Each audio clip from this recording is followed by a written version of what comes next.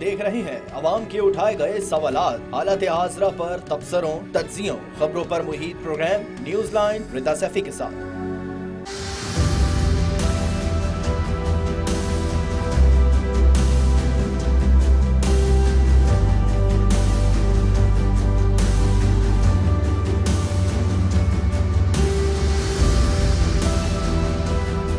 अस्सलामुअलैकुम, मैं हूँ रिदा सैफी। नाजरीन, आज मैं मौजूद हूँ उस बॉर्डर पे जहाँ पर आज से 58 साल पहले दुश्मन ने एक बुज़दिलाना कदम उठाया और बुज़दिलाना कदम उठाकर ऐसी कार्रवाई की जिसके बाद उसको खुद मुँह की खानी पड़ी।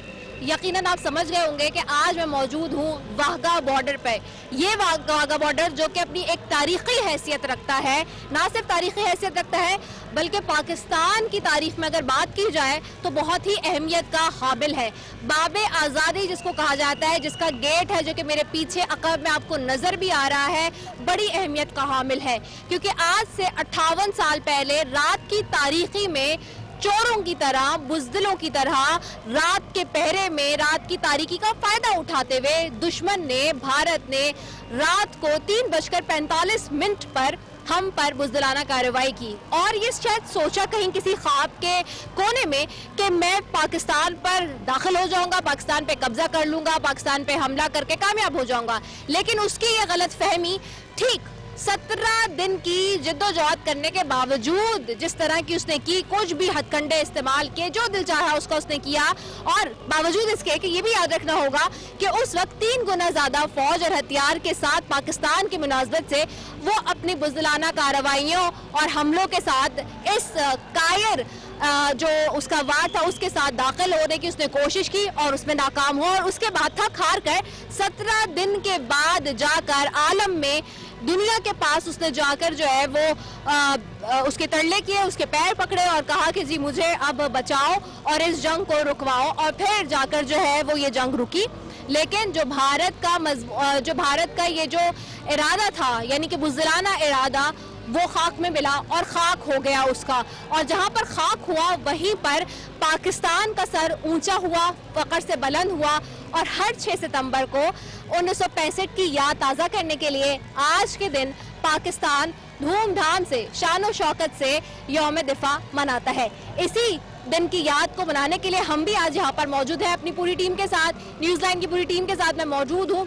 आज का शो मुख्तलिफ जो होगा और आज आपको दिखाऊंगी कि किस तरह से ये जो अस्करी परेड होती है या रिट्रीट परेड भी जिसको कहते हैं, वो यहाँ पर बॉर्डर पर हो रही है और हमारे जवानों का अज़्म उस दिन से लेकर आज तक कैसे कायम है। ये नारे आप मेरे पीछे सुन रहे हैं, जी हाँ, ये नारे आप सुन रहे हैं मेरे पीछे और ये पाकिस्तान की तरफ के नारे। मेरे सामने सरहद बिल्कुल पार इंडिया है, वहाँ पे उसकी परेड जारी है। लेकिन पाकिस्तान में यहाँ पे इस वक्त पाकिस्तान जिंदाबाद के अल्लाहू अकबर के नारे हैं जो कि आप सुन रहे हैं। और उस तरफ जय हिंद के नारे भी लगाए जा रहे हैं, उस वक्त उनकी परेड जारी है। लेकिन ये ढोल की थाप पे ये देखिए, ये परेड शुरू हो चुकी है मेरे पीछे और आप देख रहे हैं हमारी खवातीन भी और हमारे जवान, हमारी खवातीन दोनों इसमें शामिल हैं। और परेड का बिल्कुल मामला शुरू हो चुका है, परेड शुरू हो चुकी है। मेरे कब में ये परेड जारी है, खवातीन भी शाना बशाना इसमें हिस्सा ले रही हैं। और ना सिर्फ खवातीन शाना बशाना हिस्सा ले रही है बल्कि देखिए फॉरनर्स भी इस वक्त यहाँ पे मौजूद है, जो कि फॉरनर्स के पीछे नजर आ रहे हैं और वो भी हिस्सा ले रहे हैं। अब आप देख रहे हैं कि ये दरवाजा खुल चुका है और यहाँ पर बिल्कुल हमारे सामने इस वक्त भारत का भी जो पॉइंट है वो भी मौजूद है और इस वक्त ये पाकिस्तान का यहाँ से मौजूद है। अब ये हमारे जवान जा रहे हैं यहाँ से और एक कदम आगे बढ़ेंगे तो आपके सामने वहाँ भारत। और ये दरवाजा खोल के अब यहाँ के पाक भारत मोड़े के, जिसको बाबे दोस्ती भी बाबे आज़ादी भी कहते हैं, बाबे आज़ादी का अब दरवाजा खुल चुका है। यहाँ पे पीछे मेरे अकब में इस वक्त ये परेड जारी है, वहाँ से हमारे जवान आते हैं जी अपनी तैयारी करते हुए, उधर से उनके आते हैं और यहाँ पे दोनों का मुकाबला सख्त अंदाज में इस वक्त जारी है। वैसे ये वही जगह है जहाँ पे मुख्तलिफ बार आप देखते हैं कि जो भारत के जवान हैं जब टांग उठाते हैं तो उठाते उठाते गिर भी जाते हैं, स्लिप भी हो जाते हैं। लेकिन पाकिस्तानी जवानों का आज तक ऐसा कोई वाक़या देखने में नहीं आया है। आप देख सकते हैं मेरे पीछे अकब में कि किस तरीके से अब ये परेड जारी है और यहाँ पे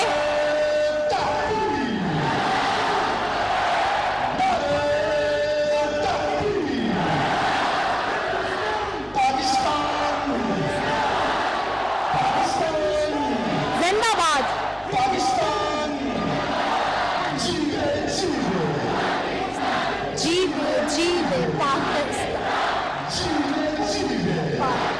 अब आप देख रहे हैं कि पाकिस्तान के नारे ज्यादा तेज आवाज में आ रहे हैं, जबकि भारत के नारों के तो ये आपके सामने जी बेहतरीन अंदाज में जी यहाँ पे जो 6 सितंबर की याद है उसको ताज़ा कर दिया गया है। यहाँ पे कुछ छोटे छोटे बच्चे भी मौजूद हैं आज इस परेड में, उनसे भी बात करते हैं। अस्सलाम वालेकुम। वालेकुम अस्सलाम। क्या नाम है आपका? इब्राहिम। इब्राहिम, आप यहाँ पे क्यों आए हो? परेड देखने। परेड कैसी लगी आपको? बहुत अच्छी। अच्छा ये बताओ, पहली दफा आए हो परेड देखने? हाँ जी। कैसी लगी आपको? बहुत अच्छी। सबसे अच्छा क्या लगा आपको? और जब वो परेड में चल रहे थे तब वो जो परेड में चलते हैं फौजी, वो अच्छे लगे। ओके, आप जो कान में खुसे खुसे कह रहे हैं, बता रहे थे भाई को, क्या नाम है आपका? हशाम। हशाम ज्यादा भाई को गाइड कर रहे हैं, हालांकि छोटे हैं फिर भी। अच्छा ये बताइए हशाम, आप पहली दफा आए परेड देखने? अच्छा ये बताएं कि आपको परेड कैसी लगी? अच्छी। आपको सबसे ज्यादा अच्छी चीज यहाँ पे क्या लगी? परफॉर्मेंस। परफॉर्मेंस फौजियों की। अच्छा ये बताइए, चलो अच्छा ये मुझे बताइए कि आपके हाथ में क्या है? फ्लैग। आप इस फ्लैग को कब से लेकर आए हुए यहाँ पे? सुबह से। सुबह से आए हुए? सुबह से देखने के लिए आए थे?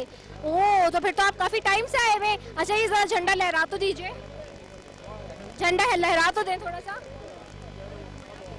अच्छा आपको पाकिस्तान का नारा पता है? नहीं।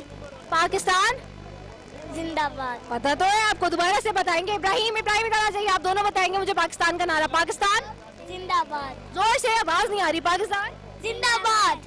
जबरदस्त जी। और ये दो बच्चे भी हमारे साथ यहाँ पे मौजूद हैं और बड़े ही जोश और जज्बे के साथ यहाँ पे मौजूद, सुबह से मौजूद है। यहाँ पे बच्चों का जोश और वलवला दीदी है और यकीन तौर पे इस परेड के लिए सुबह से लोग यहाँ पर आए होते हैं फैमिलीज के साथ, बच्चों के साथ, और यहाँ पे इसको देखने के लिए यहाँ मौजूद होते हैं।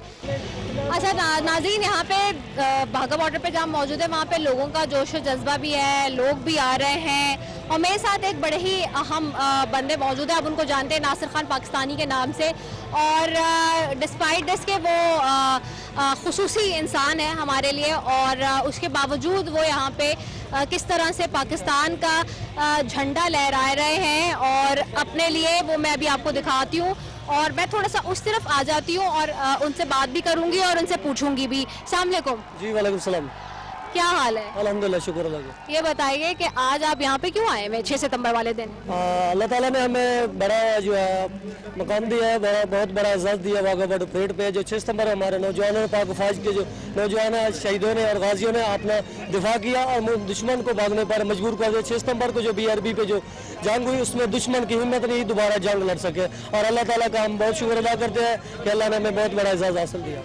अच्छा ये बताइए कि आप किस तरह से, बावजूद इसके कि थोड़ा सा प्रॉब्लम भी होता होगा, लेकिन आप कैसे खासतौर पे इस झंडे को लहराते हैं? और मैं थोड़ा सा भी हमारे नाज़रीन को मैं दिखाऊंगी भी और थोड़ा सा बताइएगा कैसे ये थोड़ा सा दिखा रहे हैं आप, देखें।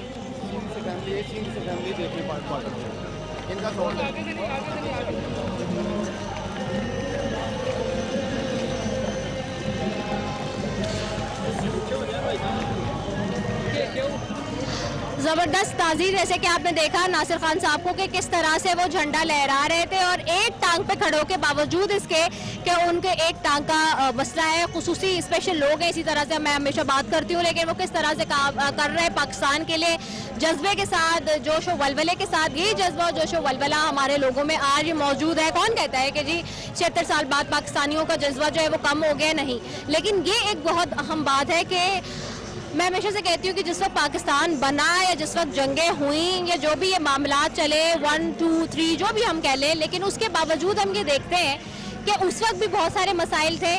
अगर आज मसाइल हैं तो मसाइल उस वक्त भी थे, लेकिन लोगों का जज्बा ना उस वक्त ख़त्म हुआ था ना आज ख़त्म हुआ है पाकिस्तान के लिए। मजीद भी आगे चलते हैं और लोगों से बात करते हैं। हमें मुख्तलिफ किस्म के लोग हैं जो पूरे पाकिस्तान से, क्या पाकिस्तान से बाहर से भी आए हुए हैं और उनका जोश जज्बा दीदनी है, तो आगे चलते हैं उनसे बात करते हैं। सो Sam, you are here first time? Yes, first time to Pakistan.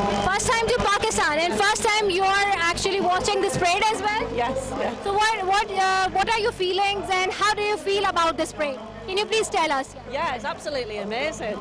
Really good spectacle. And what actually brought you here to watch this parade?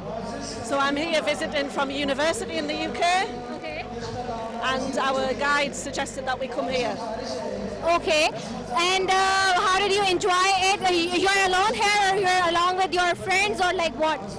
Yeah, so we wanted to see more about Pakistan and understand more about the culture of the people. And how do you feel about the people, about the culture, about Pakistan? Oh, it's been brilliant. The people are so lovely and welcoming, very friendly, very nice. Very nice. So thank you Sam for your good comments. Thank you.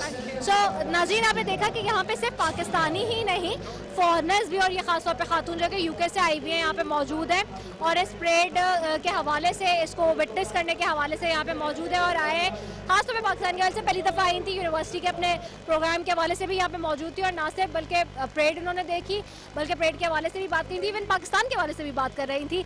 यही पाकिस्तान की खूबसूरती है जो पूरी दुनिया से पाकिस्तान में लोगों को लेकर आती है और यहाँ पे जोड़ती भी है, ना सिर्फ बल्कि पाकिस्तान में दिखाया भी जा रहा होता है कि किस तरह से जो है ये परेड और इस तरह की जो हमारी एक्टिविटीज़ है वो हमारा सर फखर बुलंद करता है। अस्सलाम वालेकुम। जी वालेकुम अस्सलाम। क्या हाल है आप सबका? ठीक है रही है, अल्लाह का शुक्र। आप सुनाएं, ठीक है आप? नाज़रीन, जैसे कि मैंने बताया था कि ये तैयारी में लगे हुए थे, ये जेसीपी रेंजर्स के सारे एहलकार यहाँ पे मौजूद हैं और अभी ये जाएंगे जवान और परेड की तैयारी कर रहे थे। सबसे पहले तो ये बताइए कि आज का दिन खास तौर पे, वैसे तो 365 दिन यहाँ पे यही रौनक और मेला होता है और क्यों ना हो, जैसे कि मैंने आगाज में भी कहा था कि वाघा बॉर्डर है ही हमारे दिलों के लिए, हमारी जिंदगियों के लिए बहुत इंतहाई अहमियत का हामिल, क्योंकि ये वो जंग थी, ये आज का वो दिन था कि जिस दिन हमने, दुश्मन ने खुद चाहा कि हम उसको नाको चबे लोहे के चने चबवाएं और उसको जो है उसके घर तक वापस छोड़ कर आए, जो कि उसने सोचा था यहाँ आने का। तो मैं बात करूंगी नाज़िर साहब से पहले। राय साहब, कैसा जोश और जज्बा है यहाँ पे लोगों का? और 365 तो दिन रहता ही है, लेकिन आज 6 सितंबर वाले दिन किस तरह से देखते हैं आप? जी बिस्मिल्लाह। सबसे पहले तो ये हमारे लिए तो 365 दिन जज्बे वाली परेड ही होती है, लेकिन आज 6 सितंबर क्योंकि हमारे शहीदों का दिन हो, जिन्होंने अपनी जानों के नजराने पेश करके इस मुल्क को जो ना हिफाजत से बचाया और ये मुल्क का तोहफा हमें दिया, इस मुल्क का उसका डिफेंस डे जो आज मनाया जा रहा है, इसलिए आज जज्बा थोड़ा सा एक्स्ट्रा होता है हमारे लड़कों में, जितने भी परेड कर रहे होते हैं, क्योंकि हमारे शहीदों की जो याद होती है वो आज हमारे दिल में होती है ना, तो हम अपने शहीदों को लेकर आज साथ चल रहे होते हैं, तो इसलिए आज का जज्बा जो है वो दूसरे दिनों से हटके होता है। अच्छा नासिर साहब, ये भी बताइएगा कि इस टोटल परेड की तैयारी में कितने घंटे लगते हैं या कितने मिनट लगते हैं, और अब चूंकि आप लोग कितने अरसे से कर रहे हैं, इसमें हिस्सा लेते हैं, और आपकी अगर मैं खास तौर पे बात करूं तो आपको कितना अरसा हो गया यहाँ पे? जी मुझे माशाल्लाह काफ़ी अरसा हो गया यहाँ पे परेड करते हुए। और दूसरा जो परेड का आप टाइम की बात कर रहे हैं, तो परेड का टाइम तो वैसे तो 2 बजे से स्टार्ट हो जाता है, जैसे हमारे ये पाकिस्तानी जो हमसे प्यार करते हैं, जो देखने आते हैं, उसमें फॉरनर्स भी होते हैं, वो जैसे आना शुरू हो जाते हैं तो परेड का टाइम तो तब से शुरू हो जाता है। तो बाकी तैयारी इनकी जी सुबह से ही होती है, तैयारी तो फिर 365 जैसे आपने पहले कहा वो चलती रहती है इसकी। तो इसमें जो नए लड़के भी ऐड होते जाते हैं, हमारा जो क्राइटेरिया इधर का रखा हुआ है, सारे लड़के माशाल्लाह आपको पीछे मेरे नजर आ रहे हैं, ये सारे 6+ लड़के हैं, किसी की भी हाइट यहाँ से 6 से नीचे नहीं है। तो इसको हम जब हमारी इनकी ट्रेनिंग जब कंप्लीट होती है मंडी बाउद्दीन, तो वहाँ से फिर इनकी सिलेक्शन वाघा के लिए हो जाती है। तो जो स्पेशल लड़के हैं जो हाइट के हिसाब से या फिजिकली जो फिट होते हैं, स्ट्रांग होते हैं, उनको फिर हम वाघा के लिए सिलेक्ट करते हैं, और फिर यहाँ पे उनकी ट्रेनिंग पुराने लड़कों के साथ साथ चलती रहती है, ताकि पुरानों के साथ साथ नए भी लड़के ऐड होते रहते हैं। अच्छा नासिर साहब, कैसा लगता है खास तौर पे उस वक्त जब हम देखते हैं कि ये दरवाजे पे सामने जो है वो दुश्मन खड़ा हुआ है, और वो भी वो दुश्मन जिसने वार किया था, जबकि ये तो हमारा बड़ापन था कि हमने किस तरह से जो है वो उनके साथ बर्ताव किया, फिर भी बावजूद इसके कि 17 दिन तक उनको जो है वो मुंह की खानी पड़ी। और अभी भी जब आप सोचते हैं या जहन में भी लाते हैं उस मनाजिर को, सोचते होंगे कि जी 1965 की बात करें 6 सितंबर की, तो जब वो ख्याल ही जहन में आता है तो कैसा जज्बा होता है, और ख़ास तौर पे उस टाइम पे जब आप जाते हैं उधर? जी जैसे ही हम ये बाब-ए-ज़ादी क्रॉस करते हैं तो जज्बा तो हमारा आसमान को छू रहा होता है, और हमारे पीछे ये हमारी प्यार करने वाली और दुआएं देने वाली पब्लिक बैठी होती है। तो बाकी जो दिल में होता है वो कभी खौफ नाम का लफ्ज़ हमने कभी सीखा ही नहीं, क्योंकि हमें तो ट्रेनिंग में भी यही सिखाया जाता है कि जिए तो मिसले गाजियाँ, मरे तो हैं शहादतें, इधर भी हैं इबादतें उधर भी हैं इबादतें। तो जिसके दिल में ये हो तो उसके खौफ तो फिर उसके नज़दीक से भी नहीं ना गुजर सकता। तो बाकी हमारे जो शहीद हैं वो हमारे साथ होते हैं हर वक्त, कोई अल्लाह ना करे हमें ऐसे सांस आए कि हमारी सांस वो अंदर जाए और हम उसको याद ना कर रहे हो, ये तो हम दुआ करते हैं, वो हमारे दिलों में है और हमारे लिए वो जिंदा है। वैसे भी कुरान पाक में कोई शहीद जिंदा है, तो हमारे दिलों में वो 365 दिन जिंदा है हमारे शहीद जो हैं। बिल्कुल ऐसा ही है, बिल्कुल आपने बहुत खूबसूरत बात की। अच्छा कभी कोई अच्छा चलिए मैं वो भी आपसे पूछूंगी कि खास तौर पे कोई वाक़े के हवाले से, लेकिन मुझे ये बताएं कि टोटल नंबर ऑफ जो आपके जवान है इसमें खास तौर पे रेंजर्स के, वो यहाँ पे कितने डिप्यूट और कितने इस परेड में कितने लोग हिस्सा लेते हैं? जी वैसे तो 60+ लड़के यहाँ पे ड्यूटी दे रहे हैं, लेकिन जो परेड में है वो 42 हैं, 2 ग्रुप से हिस्सा लेते हैं इसमें। एक टाइम पे 26 जो है ना लड़के वो मेरे पार्टिसिपेट कर रहे होते हैं परेड में। उसमें मुख्तलिफ इवेंट हैं, कोई वो उसमें पायलट चल रहे होते हैं, रोप खोलने वाले होते हैं, स्ट्रेन मैन होते हैं, वो मुख्तलिफ कैटेगरीज हैं। 26 लड़के जो एक टाइम पे परेड में हिस्सा लेते हैं वो। एक टाइम पे। और एक टाइम पे कितनी एक्टिविटीज एक साथ इसमें हो रही होती है ऑलमोस्ट? जी अगर परेड की बात करें तो वो ये स्टेप बाय चल रही होती है, स्टेप बाय स्टेप चल रही होती है। पहले जो होता है परेड कमांडर आता है, फिर परेड इंस्पेक्टर आता है, उसके शेक हैंड के बाद वो प्रॉपर परेड स्टार्ट होती है। फिर उसके बाद स्टेनमैन आ जाते हैं, फिर डोरी खोलने वाले आ जाते हैं, फिर एंड पे जो फ्लैग जो उसको नीचे उतारते हैं वो आ जाते हैं। ये वो स्टेप बाय चल रही होती है। अच्छा ये भी बताइएगा कि ये मैं देख रही हूँ कुछ मखसूस किस्म की यहाँ पे सबकी मुस्टैशेज हैं, यानी कि मूछें हैं, तो इसका भी कोई खास वजह है? जी जी, ये मूछें आपको पता है ये दुश्मन पे ना दहशत जारी करने के लिए रखी गई हैं। और ये जितने भी लड़कों ने मूछें रखी हैं, हमारे director general Pakistan ranger Punjab की जानब से अलाउंस मिलता है इनको मूछें रखने का। Really? जी जी, रैली इनका अलाउंस लगा हुआ है, जो ये मूछें रखने के शौकीन और उनको बनाने संवारने के लिए एक्स्ट्रा अलाउंस दिया जाता है। यानी कि अब देख ले जो जवान मूछों के साथ आ रहे हैं उनका बड़ा ब्राइट फ्यूचर है और अलाउंस भी मिल रहा है, आज बताया है नासिर साहब ने। अच्छा मैं कुछ जैसे मुझे वहाँ पे शाह साहब नजर आ रहे हैं, शाहजेब साहब नजर आ रहे हैं, उनसे मैं थोड़ी सी बात करूँ अगर मूछों के हवाले से उनकी। बिल्कुल शाहजेब आपने, अस्सलाम वालेकुम शाहजेब, आपने जिस तरह की ये मूछें रखी हैं, ये कोई खास किस्म की मूछें कहलाती हैं और आपने कब से इनको रखने का आपका शौक हुआ? जी वालेकुम सलाम जी, मैं जब से रेंजर्स में भर्ती हूँ और मेरी सिलेक्शन हुई है जेसीपी वाघा के लिए, तब से मैंने मूछें रखी हुई हैं और अल्हम्दुलिल्लाह ये स्पेशल ही है हमारे लिए। तो दुश्मन को डराने के लिए, दुश्मन के लिए ये डर ही है मूछों का, जिससे वो कांपते हैं देख के, और हम जब धाड़ते हैं तो दुश्मन कांप जाता है एक दफ़ा। तो शाहजेब ये कितना अरसा हो गया आपको ये मूछें रखते हुए, और इन मूछों को आप कितना टाइम देते हैं इनको खास तौर पे संभालने के लिए और इनकी केयर करने के लिए? कोई मखसूस टाइम नहीं है, जब भी सर के बालों को तेल लगाते हैं, साथ मूछों को भी स्पेशल तेल होता है मूछों का जो हम लगाते हैं, ठीक है, तो उस हिसाब से फिर साथ साथ जो है इनकी केयर हो रही है। और कितने अरसे से? तकरीबन 4 साल हो गए मुझे।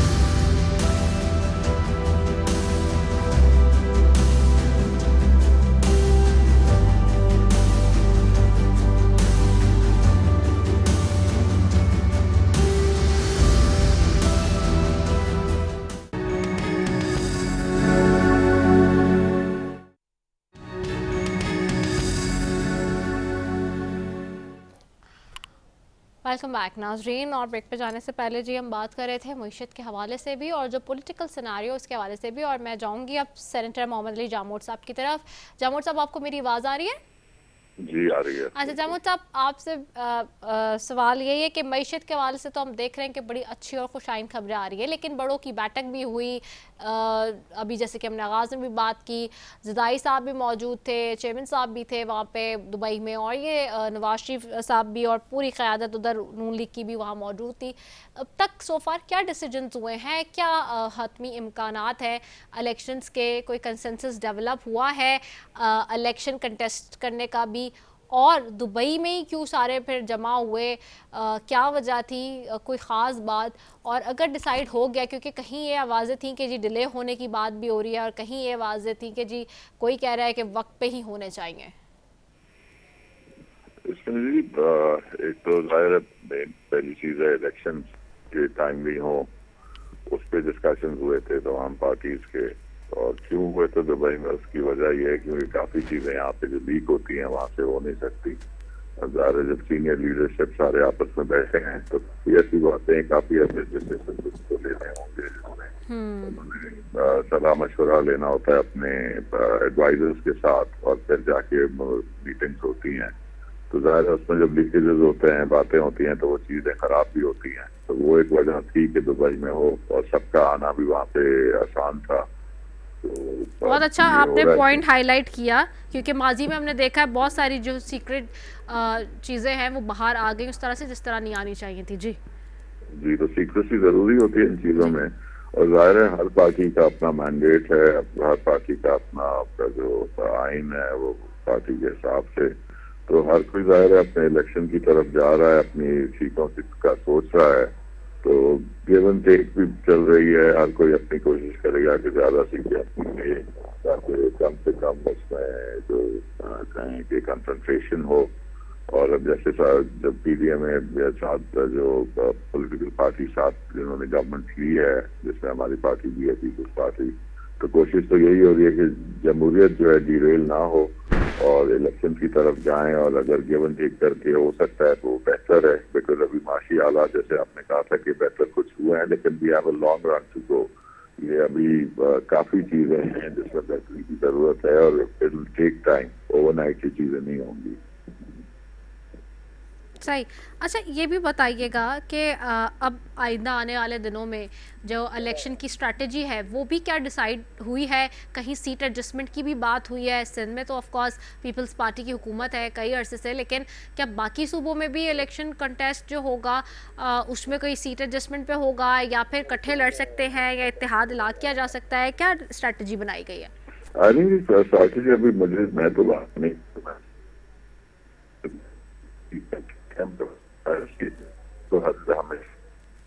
दोबारा बताइएगा, आपने क्या कहा? आपकी आवाज कट गई थी जी।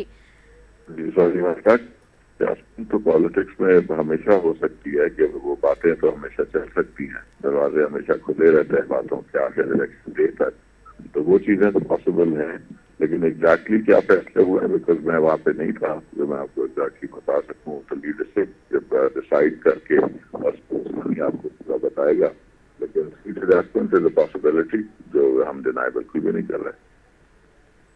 अच्छा, एक चीज़ और भी है जो मैं जानना चाहूँगी आप लोगों से। एक हम देख रहे हैं कि नई बहस भी थोड़ी सी इस हवाले से भी आ रही है। डिप्टी चेयरमैन सेनेट ने एक इंटरव्यू दिया जी, और उन्होंने इस पे बात की है कि जी मुल्क में 9 नए सूबे बनाने की तजवीज़ दी है, ख़ास तौर पे जो अभी हालिया सेंसस हुए उसकी पेश नज़र। तो जो आबादी बढ़ी है और जो ये सारा हम देख रहे हैं मामला हुआ है, उसके बाद क्या आप लोग क्या समझते हैं, पार्टी की इस पे क्या स्टैंडिंग है, और क्या वाकई यूनिट्स या सूबे नए बनने चाहिए? इस पे हमेशा बहस और बात भी होती रही है माजी में। जी, तो बहस बात होती रही है। मेरा तो मौक़िफ़ ये है, बस मैं कहूँगा कि सबसे पहले जो कायदे-ए-आज़म ने प्रॉमिस किया था नवाब सादिक मोहम्मद खान को कि बहावलपुर सूबा होगा, तो सबसे पहले वो तो प्रॉमिस पूरा करें, पहले बहावलपुर सूबा तो बनाएं, उसके बाद दूसरे सूबों पे बातें करें। तो मेरा तो यही मौक़िफ़ है कि जी पहले जो हमने पीपल्स पार्टी में साथ पंजाब का कहा था, लेकिन हम यही कहते हैं कि बहावलपुर सूबा बनाएं, उसके बाद फिर दूसरे सूबों पे भी बात होगी। ठीक हो गया। शकीला लुकमान साहब, आपकी तरफ आऊँगी, आपसे भी मेरा सेम सवाल है। डिप्टी चेयरमैन साहब ने एक बहस उठा दी है ये बात करके इन दिनों के जी मुल्क में 9 नए सूबे होने चाहिए एडमिनिस्ट्रेटिव तरीके से और गवर्नेंस के हवाले से, क्योंकि अब बहुत ज़्यादा जो है वो लोअर लेवल तक जो तकसीम है वसाइल की और डिस्ट्रीब्यूशन है पावर की, परचेजिंग उसकी, और हर लिहाज से वो ताकि आसान हो। आप लोग के क्या मौक़िफ़ है, पार्टी कैसे इस बात को देखती है? हाँ, ये बात तो बिल्कुल अच्छी है जो डिप्टी अपना चेयरमैन सेनेट ने जी हाँ जी सेनेट के उन्होंने ये बात अच्छी की है। ये सारे ही बात करते हैं, हम भी चाहते हैं कि क्योंकि इससे जो सूबे हैं उसमें बेहतरी आती है, नीचे लेवल तक चीज़ें पहुँचती हैं, हालात बेहतर होते हैं, लेकिन ये बातों की हद तक ये अभी तक चल रही है। अभी तक इसको प्रैक्टिकल तो नहीं कोई भी हुकूमत जो है वो कर नहीं सकी ना अब तक। जिन्होंने बड़े बड़े वादे किए थे वो नहीं कर सके, लेकिन अभी तक इसके ऊपर बात बहुत अच्छी है, हर कोई बात करता है, हर पार्टी यही कहेगी कि बनने चाहिए, लेकिन बनना कोई नहीं है अभी तक आपके सामने ये सारी चीजें। तो बस मैं इतना ही कहूँगी कि होना चाहिए, लेकिन अभी तक हो नहीं सकता। क्या आपकी हुकूमत पे कुछ होगा? क्योंकि माजी की हुकूमत ने बहुत ज़्यादा इस पे बात की और जी कोशिश भी की, उन्होंने कहा जी हमने तो जो है वो सेक्रेटेरिएट भी बना दिया है और बहुत सारे मामलात हमने सुने बीच में हुए बहुत, लेकिन जनूबी पंजाब सूबे की जो बात हो रही थी और सारी चीज़ें, तो क्या अब आपकी हुकूमत उसको पूरा करेगी, या कोई आपकी हुकूमत ने इस तरह की बात सोची है कि हाँ जी एडमिनिस्ट्रेटिव लिहाज से कोई यूनिट्स या सूबे मजीद होने चाहिए, बनने चाहिए? देखिए अभी तक तो कोई चीज़ में आपके भी सामने और मेरे भी सामने कोई चीज़ इस तरह की अभी तक तो सामने है। आपको पता है कि हमने जब 13 to 18 तक हमने हुकूमत में जो वादे किए वो हमने तो पहले दिन से शुरू किया काम, और बाकी बहुत सारी इम्पोर्टेंट चीज़ें ये भी बहुत इम्पोर्टेंट है, लेकिन जो उस वक्त की लोड शेडिंग का मसला था, दहशतगर्दी का मसला था, जो है कराची के मसाइल थे, और ये सो मैनी थिंग बहुत सारी चीज़ें थी जो बहुत दहशतगर्दी आपको पता है कि कितनी होती थी।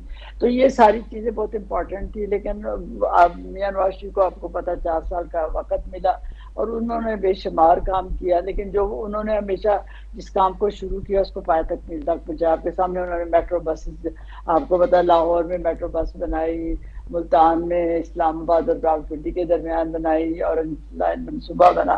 तो ये बहुत सारी चीज़ें, लेकिन इसकी बात जिस दिन करेंगे उसको पूरी का पूरा इंशाल्लाह करके दिखाएंगे। अभी इससे पहले उन्होंने भी अभी इस बात को कमिट तो नहीं किया। जब अगर हुकूमत कमिट करेगी, हमारी अगर हमारी हुकूमत आती है, अगर कमिट करेगी तो जरूर पूरा करेगी। या उन्होंने नवाज शरीफ और शहबाज शरीफ जो बात करते हैं उसको पूरा करके भी दिखाते हैं। ठीक हो गया। खाली दावे और वादे नहीं करते कि दावे लंबे लंबे बातें कर दी और वो पूरा काम ना कर सकें। अगर करेंगे तो पूरा करेंगे जी। ठीक हो गया। सेनेटर कामरान साहब आपकी तरफ आऊंगे। सेनेटर कामरान साहब, आप इस मामले को कैसे देखते हैं और आपकी जमात इस पे क्या स्टैंड रखती है? अगर कहीं सूबों की बात होती है, नए एडमिनिस्ट्रेटिव या यूनिट्स की, क्योंकि जाहिर सी बात है आबादी का हजम भी बढ़ चुका है और अब नई सेंसस के मुताबिक अच्छी खासी आबादी पाकिस्तान की बढ़ी है, और उसके बाद बेहतर गवर्नेंस के लिए और बेहतर निज़ाम के लिए सूबों का नए क़याम में लाना या एडमिनिस्ट्रेटिव ब्लॉक्स का या यूनिट्स का क़याम में आना एक अच्छी बात हो सकती है। ज़ाहिर तो ये बहुत नजर आता है, मगर इसमें ये इतना कॉम्प्लिकेटेड मामला है। थोड़ा ऊंचा बोलिएगा कामरान साहब, आपकी आवाज मुझे नहीं आ रही जी। हेलो जी जी अब आ रही है जी। हाँ, मैंने कहा कि ये इतना कॉम्प्लिकेटेड मामला है कि डिप्टी चेयरमैन सेनेट के जो है ना मुँह से ये तजवीज़ आना और उसके बाद जो है ना उस पर बहस शुरू हो जाना, मेरा ख्याल है कि मुल्क में एक नए इशू को जन्म देगा। सूबे बनने चाहिए, शायद ये इंतज़ामी तौर पर होने चाहिए शायद, मगर इसके लिए जो है ना वो ये ना माहौल इस वक्त मुनासिब है और ना जो है ना वक्त इसका मुनासिब है। पहले पाकिस्तान इतने मसाइल में घिरा हुआ है और हमारे पास तो जब तक ये पैसे नहीं आए थे जिसको आप कह रही थी कि जो है वो सूरत हाल अब मुल्क की माशी अच्छी हो जाएगी। मुझे नहीं समझ आता कि कर्ज लेने से मुल्क की सूरत हाल कैसे अच्छी हो जाती है। कर्ज लेके हम वो ख़त्म करते हैं, फिर उसके बाद उसकी पेमेंट का जो है ना दौर शुरू हो जाता है। तो इसी तरह से कर्ज बढ़ाने से हम अपने ऊपर जो है ना वो एक बोझ जो है वो मजीद लाते जाते हैं। तो अब वो मामला तो खैर चले एक अलग से मामला गया, तो एक नया जो है ना वो डिस्प्यूट, नया पेंडोरा बॉक्स जो है ना अगर खुल जाए इस वक्त में, तो ये इतना बड़ा वजन होगा कि इस वजन को जो है पाकिस्तान की मईशत भी नहीं संभाल सकेगी, पाकिस्तान की सियासत भी इसको नहीं संभाल सकेगी और पाकिस्तानी इस्टेब्लिशमेंट भी इसको नहीं संभाल सकेगी। तो मेरा ख्याल है कि ये प्री मैच्योर बहस है इस वक्त। अच्छा, और इसमें आईनी और कानूनी एतबार से आप कैसे देखते हैं कि वहाँ भी हमें बहुत सारी पेचीदगियाँ नजर आती है? देखिए, उसके लिए तरीकाकार ये है कि उस असेंबली से जो है ना रेजोल्यूशन पास हो जहाँ पे कोई नए सूबे बनना मकसूद हो, और वो उसके लिए भी एक कोई सिंपल मेजॉरिटी नहीं होगी, बल्कि उसके लिए भी जो है मेरा ख्याल है कि सिंपल मेजॉरिटी से ऊपर की बात होगी, और फिर देन जो ना ये मामला जो है नेशनल असेंबली में आएगा या पार्लियामान में आएगा। वो तो एक कानूनी अमल हो गया ना, मगर कानूनी अमल से पहले ये सियासत इस झटके को बर्दाश्त कर सकेगी? हमारे यहाँ तो डीलिमिटेशन पे मामला झगड़े शुरू हो जाते हैं और उसके नतीजे में मसाइल हल नहीं हो पाते। कॉन्स्टिट्यूंसीज जो है ना वो एक आध के दरमियान, हमारे यहाँ जो है वो अब सेंसस हुआ है, उस सेंसस के नतीजे में बलोचिस्तान की 6-7 सीटें शायद बढ़ रही हैं, मगर उसके बाद जो है ना उसको अभी तक नोटिफाई नहीं कर पाए, क्योंकि वो सीटें किसी और सूबे से निकलेंगी तो बलोचिस्तान को आएंगी। तो वो हम जो इतना वजन उठाने के काबिल नहीं है। तो ये दोस्तों की तरफ से ये तजवीज़ आ गई कि नए सूबे बना दिए जाए, नए सूबों के नतीजे में सेनेट दोबारा तश्कील पाएगा, आपका जो है वो कॉन्स्टिट्यूशन जो है बहुत सा दरम बरम हो जाएगा, आपके यहाँ कौमी असम्बली के मामला जो है ना वो बहुत से जो है ना उसमें होंगे। तो हम दस्तूर को हाथ लगाने की इस वक्त पोजीशन में नहीं है। यहाँ पे ऐसा जो है ना कोई आपस में कंसेंसस ऐसा नहीं है अवाम के दरमियान, पॉलिटिकल पार्टीज के दरमियान और बाकी इदारों के दरमियान, जिसके नतीजे में जो है ना वो ऐसे सूबे बन जाए और फिर उसको जो है ना वो काबिल अमल भी मामले को लेके चला जा सके। अच्छा, इसमें आपने भी बड़ी अच्छी सेंसस के हवाले से भी बात की। मैं एक पॉइंट और भी आपसे जानना चाहूँगी सेनेटर साहब कि ये जो अभी हालिया सेंसस हुए हैं उस पर हमने काफ़ी पार्टीज़ के जो स्टांस है वो हमने देखे। JUI क्या अब तक मुतमईन है हालिया सेंसस में जो इस वक्त नंबर फिगर्स दिए गए हैं, और वो क्या समझते हैं कि मौजूदा सेंसस जो है वो ठीक तरीके से हुई है? सेंसस नोटिफाई नहीं हुई है। आपकी आवाज़ फिर थोड़ी सी कम हो गई जी। जी, आवाज़ कम हो गई। अब ठीक है, अब ठीक है जी। हाँ, मौजूदा सेंसस जो है ना वो अभी तक हमको उसके बारे में एग्जैक्ट इल्म नहीं है। वो जो उड़ती हुई अफवाहें हम तक आ जाती हैं उसकी बुनियाद पे बात करते हैं हम। मगर देखिए सेंसस खत्म हुए, मुकम्मल हुए भी काफी टाइम गुजर जी चुका। बिल्कुल ऐसा ही है जी, जब एक चीज मुकम्मल हुए काफी अरसा गुजर चुका तो उसको नोटिफाई करना चाहिए। तो जब नोटिफाई हो जाएगी तो फिर उसके ऊपर कोई एतराज़ात भी शायद आने लग जाएं किसी के। मगर यहाँ पे तो एतराज जो है ना बलूचिस्तान के हवाले से तो बिल्कुल क्लियर कट एतराज है कि यहाँ पे तो 5-7 सीटें बढ़ती हैं, मगर उसके बाद जो है ना वो एकदम जो है ना दम साध गए हैं, उसके बाद खामोश हो गए हैं वो अदारे जिन्होंने इसको नोटिफाई करना है। और नोटिफाई करके जब नोटिफाई हो जाएगा तो अगले इलेक्शन के लिए फिर उसको जो है ना बुनियाद बनाना है डिलिमिटेशन की, और बुनियाद बना के उस पे इलेक्शन करवाने हैं। तो ये मामला जो है ना वो मुझे ऐसा नहीं लग रहा, ये हाच-पाच ही है सारा कुछ। हौश-पौश ही है, ठीक हो गया। सेंटर जामोद साहब आपकी तरफ भी आऊंगी। आप लोग को इसमें बड़ी बैशिंग और क्रिटिसिज्म का सामना रहा है, कराची में भी, कराची के हवाले से ख़ास तौर पे, सिंध के हवाले से ख़ास तौर पे सेंसस में, क्योंकि एमकेएम पाकिस्तान ने बहुत ज़्यादा तहफ़्फ़ुज़ात का इज़हार किया, जमात इस्लामी ने भी, और जो कराची की जो चीज़ें रिपोर्ट हुई उसमें बहुत ज़्यादा एलिगेशंस भी सामने आए। क्या पीपल्स पार्टी भी मुतमईन नहीं है मौजूदा सेंसस से? हाँ जी बिल्कुल, हम मुतमईन नहीं है सेंसस से। ये सेंसस तो मैं नहीं कहूँगा कि सेंसस हुआ है, तमाशा हुआ है, क्योंकि ना डीसी को पता था, ना आपका असिस्टेंट कमिश्नर को ऑन बोर्ड था। किस तरह इन्होंने सेंसस किए हैं, किस तरह इन्होंने पूरा वो जो रिकॉर्ड बना के पेश किया है, तो हम बिल्कुल भी इसको एक्सेप्ट नहीं करते हैं। और हमारी भी यहाँ पे जो इंटीरियर में पॉपुलेशन बढ़ी है, कराची में पॉपुलेशन बढ़ी है, तो वो इन्होंने किसी खाते में नहीं रखा है उसको, और सीटें हमारी भी बढ़ती हैं, तो जिसमें हम बिल्कुल उसको, हम तो देवान से कह रहे हैं कि अच्छा, लेकिन इसमें एक और बात है, मेरी कुछ अथॉरिटीज़ से बात हो रही थी इसी हवाले से, जो सेंसस कंडक्ट करवा रहे थे उसमें जाहिर सी बात है 2-3 इदारे इन्वॉल्व थे उसमें, कुछ नादराज के भी सब। तब जहाँ बात हुई हमारी कुछ और बग़ैर नाम लिए, क्योंकि किसी अफसर से मेरी बात हो रही थी और वो हाई ग्रेड के अफसर से, उन्होंने कहा कि जी नाम ना कोट करेगा, मगर ये बात तय है कि जी जब सेंसस की बात हुई तो उस वक्त ये बात डिसाइड हुई थी कि एक तरीके से जो है वो सेंसस का एक प्रोसीजर डिसीजन हुआ था कि जी उसके ऊपर सब मुत्तफिक है और इस तरह से होगा, यानी कि जो शख्स जहाँ रहता है, जिसका मुस्तकिल पता है, उसके ऊपर जो है वो उसको वहाँ पे काउंट किया जाएगा। और फिर सब जो लोग हैं वो उसके नुमाइंदे भी उस कमेटी में मौजूद थे, पीपल्स पार्टी का भी उन्होंने बताया, एमकेएम के भी बताया, और भी उन्होंने जमातों का बताया। तो उन्होंने कहा लेकिन अब सब जो है वो उसके ऊपर अग्रीड नहीं है। तो जो तरीके कार डिसाइड हुआ था, क्या उससे डिफरेंस आप लोगों को लग रहा है, या क्या वजह है कि जिसकी वजह से अब आप लोग को लग रहा है कि नहीं जी ये बेहतर नहीं हो रहा काम? उनका तो अपना पर्सनल पॉइंट ऑफ व्यू होगा। हमारा जो मतलब ऑब्वियसली रेवेन्यू डिपार्टमेंट आपको ऑन बोर्ड आपने लेना है, यानी क्योंकि रेवेन्यू थ्रू ही आप ये सारा काम करते हैं। जो रेवेन्यू डिपार्टमेंट ऑन बोर्ड नहीं था, जो डिप्टी कमिश्नर्स हैं, असिस्टेंट कमिश्नर्स हैं, वो ऑन बोर्ड नहीं है, उनको नहीं पता क्या हो रहा है, तो किस तरह हम उसको एक्सेप्ट करेंगे? वो उन्होंने तो चले एक वो ऐसे ही फ्लाइंग स्टेटमेंट दे दी अपने के, डिसाइड किया था तो फिर उस पर अमल भी तो होना चाहिए, तो अमल तो हुआ नहीं है उस पर।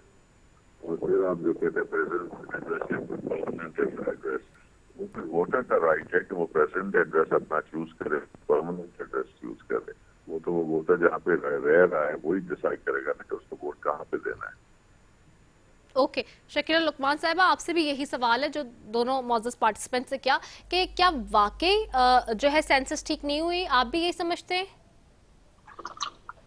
मैं तो बात, मेरी तो इनकी आवाज ही नहीं आ रही थी मुझे, जो बाद में जिन्होंने बात की है, बल्कि दोनों की आवाज पता नहीं क्या एकदम जो है ब्रेकेज हो रही थी, तो मुझे समझ नहीं आई इन्होंने क्या बात की और आपने क्या पूछा। अभी आप दोबारा मुझे बात, मैंने सेंसस के हवाले से ही पूछा था, आपसे भी वही सवाल क्या है, सेंसस आप समझते हैं कि ठीक हुआ है? ये तो नहीं समझते कि ठीक हुआ है, दोनों मेहमानों ने ये कहा जी, तहफ़्फ़ुज़ात हैं सबको जी। नहीं देखिए, वो ये तो बात है, मुझे पता है जो अभी मेयर का भी इलेक्शन हुआ है, वहाँ काफी मसाइल खड़े हुए, और जो है वो जो जमात इस्लामी वाले जो हैं वो अभी तक उनको एक्सेप्ट नहीं कर रहे। देखिए ये मामला तो वहाँ पे ये सेंसस के मामला तो हैं उधर, कि भाई वो कह रहे हैं कि हम इतने हैं, वो कहते हैं नहीं है, इसको दोनों मान नहीं रहे, एक पेज पे नहीं आ रहे। आई डोंट नो अब कहाँ पे ज्यादा मसला है, ये तो ये लोग ही जानते हैं, क्योंकि ये उस शहर के रहने वाले हैं। शहर के रहने वाले नहीं, ज्यादा तो इनको पता ही है ना, कोई कराची के हैं तो उनको ज्यादा मालूम है। लेकिन मेरे हाल में कि ये मसले तो हैं इनके, और ये ना पंजाब की सेंसस ठीक हुआ है, आप ये समझते हैं? जी, पंजाब में सेंसस ठीक हुआ है, आप ये समझते हैं? नहीं, हमारे तो मेरे हाल में ठीक हुए हैं, हम तो ये समझते हैं। लेकिन ये हर जगह इतनी क्लैरिटी जो है, वो क्लैरिटी तो हम तो समझते हैं कि ठीक है, लेकिन दूसरे जो से नवा नहीं है तो हम क्या कह सकते हैं कि नहीं ठीक है। लेकिन ज़ाहिर जो रहता है, हम तो कह रहे हैं कि ठीक है। इस तरह उन दो पार्टियों के मसले हैं, ये तो वही जो है वो मिलके बैठ के इसको सॉल्व कर सकते हैं, जो कि नहीं हो सकते, सोल्यूशन नहीं है इस तरह इनका। ठीक हो गया, बहुत शुक्रिया शकीला लुकमान साहब आपका, सेंटर कामरान साहब आपका, सेंटर मोहम्मद अली जामुर साहब का, तीनों मौजूद मेहमानों का बेहद शुक्रिया। नाजरीन, अच्छी बात है कि मईशत बेहतर हो, लेकिन IMF से लोन लेके बेहतर हो, ये भी एक कंसर्न है ऑफ कोर्स, और ये कंसर्न हमेशा से है, हमेशा रहेगा, क्योंकि वो लोन आपने पे ऑफ करना है, वो लोन कोई आपको माफ़ नहीं होता। और IMF के साथ जब भी आप जाते हैं तो एक बहुत बड़ा बार आता है, और उसकी नतीजे में एक बुरी खबर अब ये है कि बाकी तो मैंने आगाज़ में बहुत 15 मिनट आपको अच्छी खबरें सुनाई, लेकिन अब एक जाते जाते बुरी खबर ये भी है कि उसके नतीजे में जो बिजली की फ़ी यूनिट कीमत है उस पर बहुत बड़ा और बहुत भारी फ़र्क आएगा। 3 से 3.5 रुपये बताया जा रहा है कि तब्दीली आएगी उसमें और इजाफा होगा। So this would be the heaviest thing, क्योंकि ऑलरेडी बिजली के बिलों से लोग बहुत तंग हैं, परेशान हैं। घरों के बिल 75 हज़ार के आ रहे हैं, 50 हज़ार के आ रहे हैं, और लोग बहुत ज़्यादा तकलीफ में। तो हुकूमत को इसका फिलफौर कोई ना कोई बंदोबस्त करना होगा, जहाँ बिजली के बिलों पर नर्ख पे रेट बढ़ाए जाएंगे यूनिट पर, वहीं पर उसका कोई ना कोई सब्सिडी या कोई चीज़ का भी सोचना पड़ेगा, अदरवाइज़ लोग जो हैं वो बहुत ज़्यादा सफ़र करेंगे इस सारे मामले से। इसी के साथ जी अपनी मेज़बान सैफी को दीजिए इजाज़त। पाकिस्तान जिंदाबाद।